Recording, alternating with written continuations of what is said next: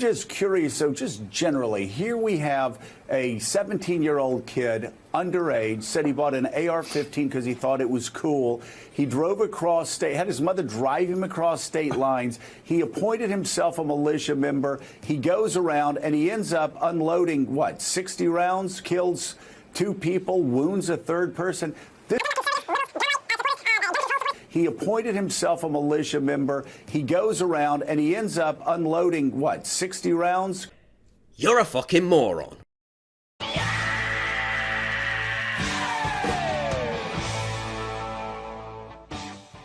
Kyle Rittenhouse facing multiple counts, including first-degree murder after allegedly firing into a gathered crowd in protest of the shooting of Jacob Blake. After allegedly firing into a gathered crowd in protest of the shooting of Jacob Blake. Speaking before the arrest was announced, Wisconsin Lieutenant Governor Mandela Barnes said the gunman was believed to be a vigilante and part of a militia group that showed up to help protect property from looting in the area. You go down the whole list, and of course, Donald Trump, it even had Donald Trump yesterday, even with his people begging him, stay on message, try to paint Joe Biden as a left-winger. Instead, he repeated his lie that Barack Obama spied on his campaign in 2016, something that has been disproven time and time again. And I think spying on a political campaign is a big deal. It's a big deal. So you're not suggesting, though, that spying occurred?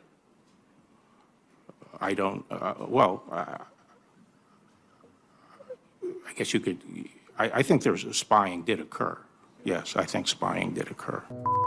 Talking about riots, remember the one that he started on June the 1st? That was very fascinating that the president would start a riot in Lafayette Square so he could hold a Bible upside down in front of the president's church. Whose idea was it? We've heard different reports that it might have been Ivanka's idea. It may have been Jared's idea. Whose idea was it to brutalize protesters, peaceful protesters? Our investigation has found no evidence that protesters were forced out of a park near the White House last year to clear the way for Donald Trump.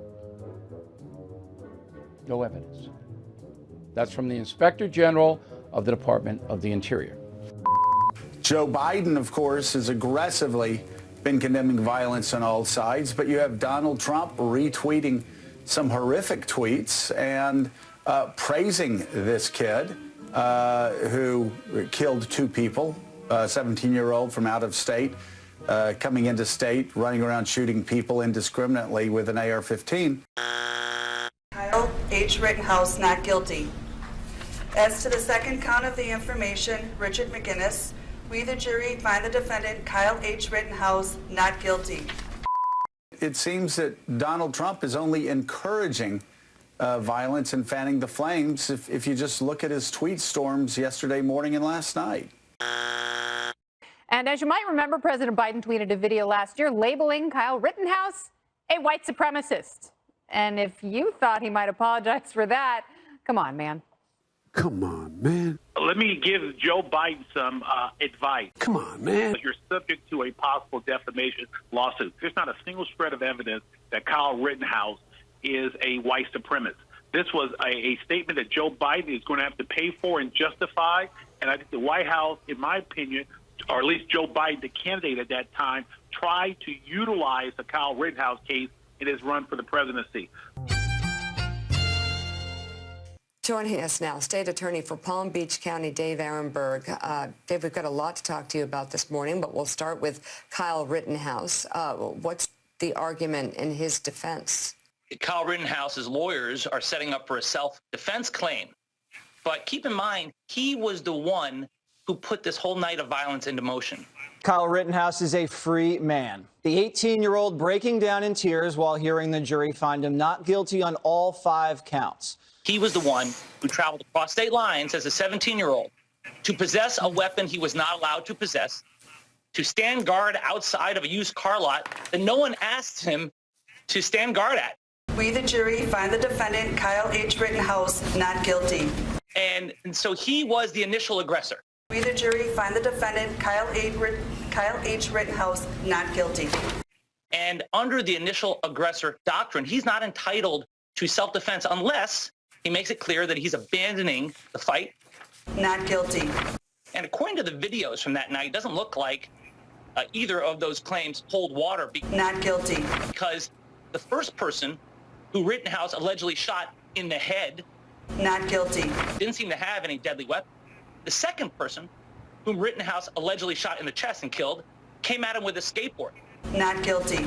And although the lawyers for Rittenhouse will surely say that a guy wielding a skateboard could be very dangerous, you tell that to a jury. Not guilty. That Rittenhouse, who had an AR-15, was in reasonable fear of his life from a guy with a skateboard. Not guilty. I think that the first-degree murder charges here may need to be dropped down to second-degree murder or manslaughter, because I don't know if all the elements are there for first-degree murder, but instead of life in prison, he could face 60 years in prison. So it's still essentially life. Not guilty. Joe Biden calling for peace. Yeah. And you have Donald Trump defending a 17-year-old boy with an AR-15. Kyle H. Rittenhouse, not guilty. What? Stop right there. That shot and killed a guy at point-blank range carrying a skateboard. Not guilty. And Donald Trump justified the shooting of a guy carrying... Now, mind you, by this point, he had already shot and killed a man, and people were trying to disarm him and notify the cops that this 17-year-old boy had killed one person, then... Not guilty. Then two people. Not guilty. Donald Trump can't condemn a 17-year-old boy from out of Kenosha, out of town, illegally having a firearm, an AR-15, and using an AR-15 military-style weapon to shoot a man point-blank range and kill him. He's dead. He's dead. Not guilty.